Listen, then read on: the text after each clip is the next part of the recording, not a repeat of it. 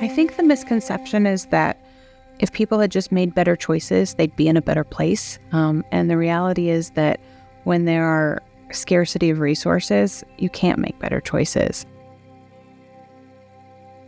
So you could be working your job and making a decent salary, but you can't afford the insurance that your job is providing because you need that extra money in your paycheck to put food on the table or put gas in your car. Many of the people that get to us in some way, shape, or form have a health problem, or they have a partner health problem.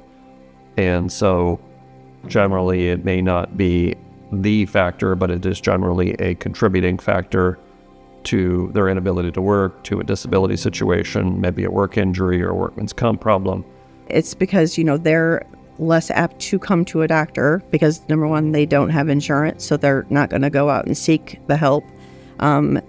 Because they are financially strained, they're not going to be able to purchase the healthier foods because they're more expensive. And if you think about a food bank, the things that are shelf stable, the things that you can hand out are generally those things. And so when you have eaten your entire caloric intake every day out of a can and out of a package, it's not good for you.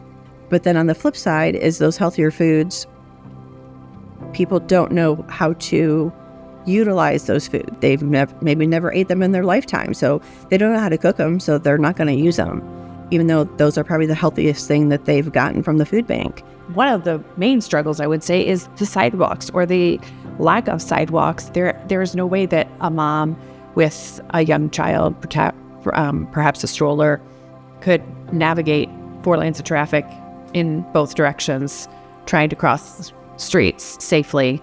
So that is another barrier for just being able to get to grocery stores, doctor's appointments, and those sorts of things for those neighbors that lack transportation.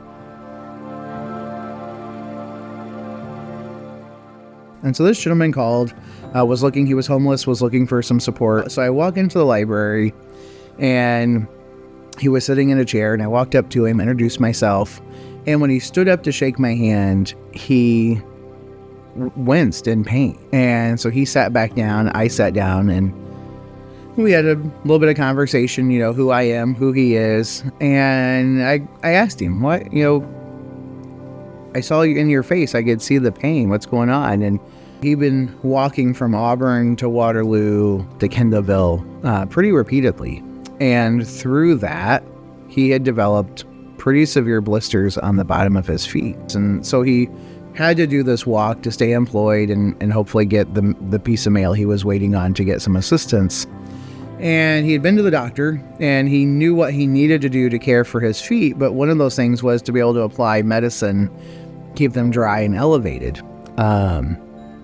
Seems like an easy set of directions to follow, but if you're homeless, living outside, that becomes a really complicated process. We unfortunately didn't have a room for him at the time, but I said, what I can do is I can give you a hotel room for the night, let you put your feet up, put some medicine on your feet, hopefully get those blisters healed up. Happened to be a room came open at Fortify Home, so he came over and stayed with us.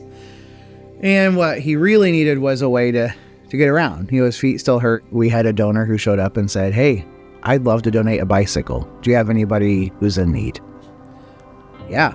He came right to mind. And so we connected this donor with this neighbor who gave him a bicycle and opened up a world of opportunity for him. He was able to get a different job. He was able to get more connected, to go get his own groceries, to go access all of these things and not have to be in constant pain doing it, because pedaling a bike was 10 times easier than walking. And so we saw him, bloom into this new person because of a bicycle. While it's easy to put your head down and say, I don't have time to have that conversation with you because I'm just doing all the time, we do need to connect with people who are doing the work that we're doing, because we're better when we listen. and change and grow. What we need to be able to look at is systems and processes and structures and say, how are we failing to show up and give her the same access I would have or you would have? That's where the gap exists.